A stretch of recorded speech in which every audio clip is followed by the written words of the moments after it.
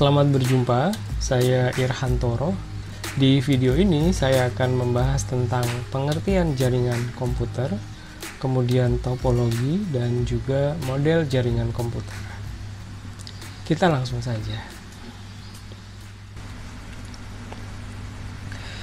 Yang pertama, kita perlu memahami lebih dahulu definisi atau pengertian dari jaringan komputer, atau jaringan saja biar lebih ringkas. Jaringan atau network adalah koneksi di antara dua atau lebih peralatan di mana mereka dapat saling berkomunikasi dan berbagi sumber daya.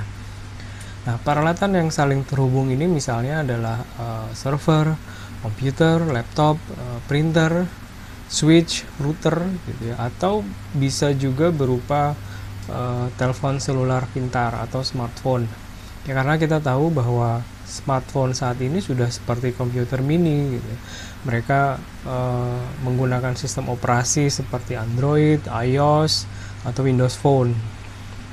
Sehingga cakupan pengertian di sini bukan hanya seperti yang mungkin kita bayangkan ya, bahwa jaringan itu adalah sekumpulan dari komputer-komputer yang biasa kita lihat di perusahaan atau mungkin kampus. Namun dapat juga bersifat lebih umum, sederhana, atau bahkan lebih personal.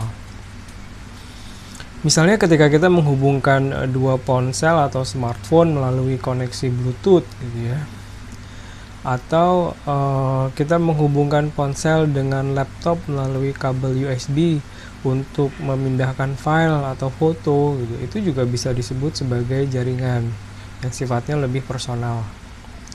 Dan dari pengertian jaringan tadi bahwa jaringan adalah hubungan di antara dua atau lebih peralatan di mana mereka dapat saling berkomunikasi dan berbagi sumber daya. Nah, sumber daya di sini misalnya ada komputer A yang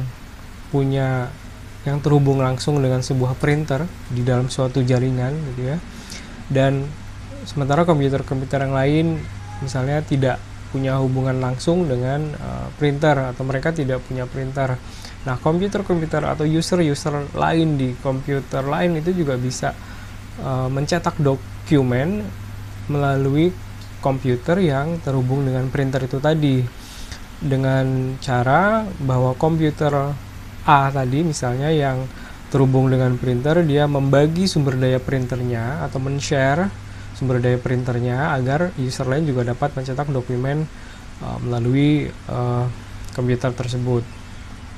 Nah, pengertian sumber daya di sini juga bukan hanya berupa perangkat keras ya, contohnya tadi adalah printer, tapi bisa juga berupa file. Misalnya ada file yang dibutuhkan oleh user lain berada di komputer yang lain. Misalnya komputer B punya file yang juga dibutuhkan untuk dilihat atau mungkin diedit oleh user dari komputer lain. Nah, user di komputer B ini bisa membagi sumber daya filenya tersebut, di-share gitu ya, agar bisa juga dilihat atau diedit oleh user lain. Jadi sumber daya di sini bisa berupa hardware maupun software. Oke, jadi tadi adalah jaringan. Kita sudah membahas bahwa jaringan adalah koneksi di antara dua atau lebih peralatan di mana mereka dapat saling berkomunikasi dan berbagi sumber daya. Berikutnya kita akan membahas tentang topologi jaringan. Nah, topologi ini adalah layout atau tata letak bagaimana komputer atau peralatan jaringan saling terhubung dan berkomunikasi di antara mereka. Bentuk umum dari topologi adalah star, bus, ring, mesh, dan juga hybrid. Kita akan bahas topologi tersebut satu persatu. Yang pertama kita akan membahas tentang topologi star. Nah, ini adalah bentuk topologi yang paling umum, maksudnya paling sering digunakan berarti, di mana semua komputer terhubung ke satu titik pusat pengkabelan seperti hub atau switch, gitu ya. Sehingga jika ada paket data yang dikirimkan oleh salah satu komputer menuju komputer lainnya, maka data tersebut harus melewati hub atau switch itu sebelum menuju ke komputer tujuan. Kelebihan dari topologi star ini adalah Jika salah satu komputer atau kabel mengalami masalah, gitu ya, maka tidak akan mengganggu jaringan secara keseluruhan karena masing-masing komputer punya jalur kabel sendiri. Ya, namun kekurangannya adalah jika hub atau switch-nya yang mengalami masalah, maka keseluruhan jaringan menjadi terganggu atau lumpuh, gitu ya. Dan jika ini terjadi, maka disebut sebagai single point of failure.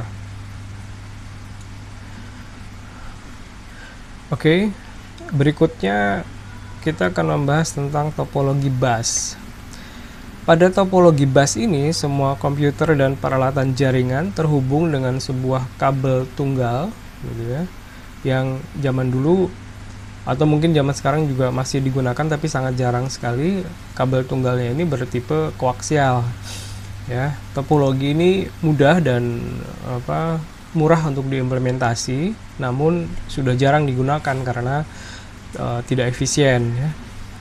Sebabnya adalah semua data itu harus melewati satu kabel utama yang sama, sehingga sangat mudah terjadi tabrakan data atau data collision. Ya. Namun kini topologi bus ini banyak diimplementasikan sebagai backbone, ya. Jadi kabel koaksialnya itu tadi diganti dengan kabel fiber optik saat ini. Namun yang menggunakan fiber optik ini bukan digunakan di dalam gedung misalnya, ya, tapi untuk menghubungkan antara dua gedung. Misalnya ada suatu perusahaan yang punya beberapa gedung atau minimal dua gedung, gitu ya. Dan untuk menghubungkan antara gedung A dengan gedung B, gitu ya, agar speednya tetap tinggi, gitu ya, mereka menggunakan topologi bus ini dengan kabelnya adalah tipe fiber optik.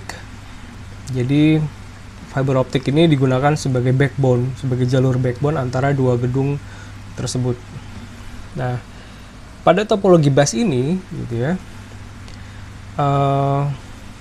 semua komputer atau peralatan jaringan pada topologi bus ini terhubung pada kabel backbone dengan menggunakan konektor T atau konektor BNC.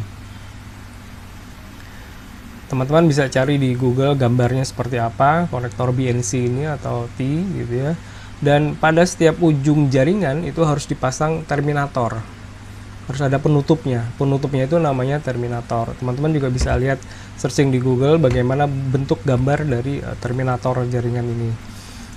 Nah, pada setiap ujung jaringan ini tadi harus dipasang terminator, termasuk jika ada komputer atau peralatan jaringan yang tadinya ada terus diambil, gitu ya. Nah, maka ujungnya itu tadi harus dipasang terminator, harus ditutup terminator, gitu ya.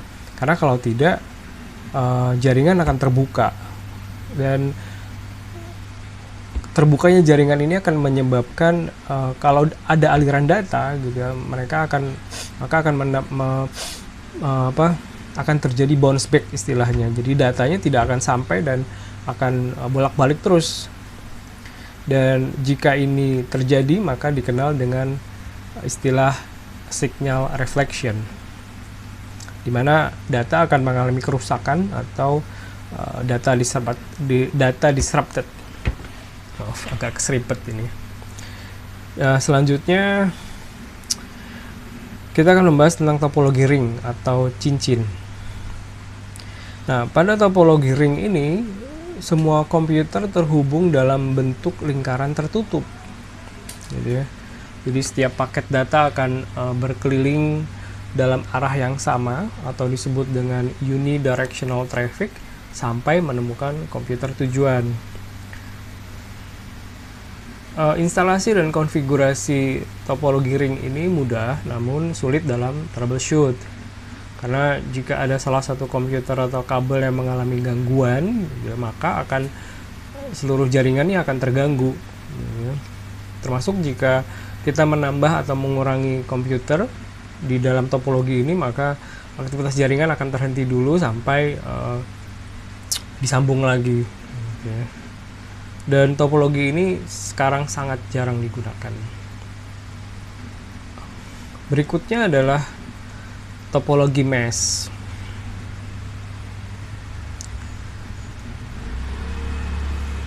Nah, jika pada topologi ring itu semua komputer terhubung dalam bentuk lingkaran tertutup, gitu ya, maka pada topologi mesh setiap komputer atau peralatan jaringan ini saling terhubung satu sama lain. Jadi dalam satu perangkat komputer gitu bisa terdiri dari lebih satu network card, dan tentu saja ada lebih dari satu kabel yang terhubung di dalam komputer itu menuju komputer-komputer lainnya. Tergantung dari jumlahnya, ya tergantung dari jumlah perangkat yang ingin kita hubungkan, gitu ya. Dan hal ini membuat penerapan topologi mesh menjadi mahal, karena yaitu tadi dibutuhkan banyak network card dan juga dibutuhkan banyak kabel, dan karena mahal sehingga sangat jarang digunakan. Namun topologi mesh ini adalah topologi yang digunakan pada jaringan internet saat ini. Jadi jaringan internet adalah contoh sempurna daripada penerapan topologi mesh ini, ya. Jadi kelebihan dari jaringan internet adalah yang topologi mesh ini tadi, bahwa dia dapat menghandle kesalahan atau failure itu dengan sangat baik. Dia mempunyai redundancy level yang tinggi atau high redundancy level, gitu ya, karena jika salah satu jalur komunikasi itu mengalami gangguan, gitu ya, maka jaringan tidak lumpuh sama sekali karena masih tersedia jalur komunikasi lainnya. Kita misalnya ada ya jaringan, kalau misalnya jaringan internet ya, biasanya ada jalur dari Jakarta ke Singapura, terus Jakarta ke Kuala Lumpur, Jakarta ke Manila, kemudian masing-masing dari Singapura ini juga ada koneksi ke Eropa, ke Manila, ke Amerika, gitu ya, ke Timur Tengah, ke Afrika, dan masing-masing node ini punya koneksi masing-masing misalnya. Dan misalnya jika ada salah satu jalur dari Indonesia yang langsung ke Manila misalnya terputus, gitu ya, maka masih ada jalur tersedia ya, yang masih ada jalur lain yang tersedia, yaitu melalui misalnya dari Jakarta Singapura Manila atau Jakarta Kuala Lumpur Manila. Jadi ini bisa menghandle failure dengan sangat baik, gitu ya, memiliki high redundancy level, karena jika salah satu jalur komunikasi mengalami gangguan, maka jaringan tidak akan lumpuh sama sekali karena masih tersedia jalur komunikasi yang lainnya. Oke, yang terakhir ini akan kita bahas tentang topologi hybrid. Nah, hybrid ini sesuai namanya maka adalah kombinasi dari penerapan topologi yang berbeda-beda, ya. Bentuk umum dari topologi hybrid ini adalah kombinasi jaringan star dengan ring dan juga star dengan bus, ya, seperti yang teman-teman bisa lihat di gambar di samping ini, ya. Oke, kita sudah membahas tentang pengertian jaringan dan juga topologi. Selanjutnya kita akan bahas mengenai model jaringan komputer. Model jaringan adalah cara bagaimana peralatan atau komputer berbagi sumber daya atau resources, dan ini bukan merupakan koneksi fisik, gitu ya. Di antara model jaringan yang sebaiknya kita ketahui adalah client server dan peer-to-peer atau P2P. Kita akan bahas satu persatu istilah tersebut, ya. Yang pertama adalah model client server. Nah, pada model ini itu berarti ada komputer yang berperan sebagai server atau penyedia layanan, dan juga komputer-komputer lain yang berperan sebagai klien atau pemohon layanan atau pengguna layanan, gitu ya. Dan model ini bersifat sentralisasi, di mana semua komputer klien terhubung langsung dengan centralized dedicated server untuk mengakses sumber daya. Dan pekerjaan administrasi jaringan pada client server ini menjadi lebih mudah, gitu ya, karena daripada meletakkan semua data atau sumber daya pada masing-masing komputer, gitu, yang akan merepotkan pekerjaan, gitu ya, administrator jaringan dapat meletakkan sumber daya yang dibutuhkan pada satu mesin saja, gitu ya. Sehingga ketika klien membutuhkan, ketika user membutuhkan, mereka bisa mengaksesnya ke satu komputer tersebut atau server. Dan model ini paling banyak digunakan di dalam perusahaan. Pada jaringan yang berbasis Microsoft Windows, ya, konsep ini dikenal dengan nama domain network. Selanjutnya adalah model peer-to-peer. Pada model ini, semua komputer berkedudukan sama dan sederajat. Jadi, bisa sama-sama sebagai server atau penyedia layanan, dan juga bisa sama-sama sebagai klien atau pengguna layanan, gitu. Jadi, satu komputer bisa menyediakan sumber daya bagi komputer lainnya, dan dia juga bisa menggunakan sumber daya dari komputer lainnya. Tidak ada sentralisasi server. Jadi semua komputer dalam jaringan berkomunikasi dan berbagi sumber daya masing-masing. Misalnya yang punya printer di-share, yang punya file di-share, gitu ya. Mereka saling berbagi. Dan model peer-to-peer ini mudah di-setup dan biasanya digunakan di rumah, di jaringan rumah atau di bisnis skala kecil. Dan konsep ini pada jaringan Microsoft Windows dikenal dengan nama Windows Workgroup.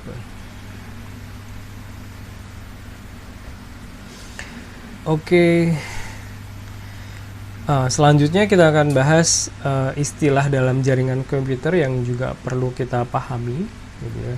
Jadi di samping topologi dan model, ada lagi istilah lain dalam jaringan ini yang masih berkaitan dengan topologi dan model, yaitu point-to-point dan point-to-multipoint.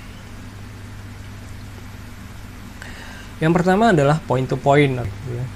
Ini adalah hubungan yang paling sederhana, di mana dua buah peralatan jaringan saling terhubung baik melalui kabel maupun tanpa kabel, wireless atau wired. Di mana ini kita bisa menghubungkan komputer dengan komputer, ya, router dengan router, gitu ya. Gitu ya. Contohnya misalnya kalau router dengan router itu kita menggunakan kabel cross misalnya, atau komputer dengan laptop atau laptop dengan laptop, gitu ya, kita bisa menghubungkannya dengan menggunakan kabel cross. Atau bisa juga misalnya ada wireless device dengan wireless device lainnya, gitu, itu bisa kita hubungkan, gitu ya, juga itu disebut dengan point to point, ya. Oke, selanjutnya yang terakhir ini kita akan bahas tentang point to multipoint. Nah, ini adalah arsitektur jaringan yang umumnya digunakan pada jaringan tanpa kabel di luar ruangan atau wireless outdoor network. Di dalam point to multipoint ini terdapat central wireless base station dan peralatan wireless lain di sekitarnya. Di rumah, di gedung, di manapun, gitu ya. Itu ada punya peralatan wireless device yang terhubung ke central base station atau tower, gitu ya. Dan peralatan wireless device lainnya ini tidak saling berkomunikasi, gitu ya. Mereka hanya berkomunikasi ke central base station sebagai access point. Jadi jika misalnya ada device A ingin berkomunikasi dengan device B, mereka tidak langsung, gitu. Secara konsep mereka jalur datanya adalah melewati access point, kemudian baru ke device lainnya yang dituju. Oke, sampai di sini kita sudah membahas mengenai pengertian jaringan, kemudian topologi dan juga model, dan juga ada tambahannya berupa point to point dan point to multipoint. Sebagai penutup dan sebagai kesimpulan, saya akan ulang beberapa hal yang penting, yaitu jaringan komputer adalah koneksi atau hubungan di antara dua atau lebih peralatan, di mana mereka dapat saling berkomunikasi dan berbagi sumber daya. Kemudian bentuk umum topologi yang sudah kita bahas adalah bentuk star, bus, ring, mesh, dan juga hybrid. Kemudian model jaringan yang sudah kita bahas yaitu client server dan peer-to-peer. Dan terakhir tadi kita sudah bahas juga tentang point to point dan point to multipoint. Dan itu yang bisa saya sampaikan pada video kali ini. Semoga bermanfaat buat teman-teman semua ya. Sampai jumpa di video-video berikutnya.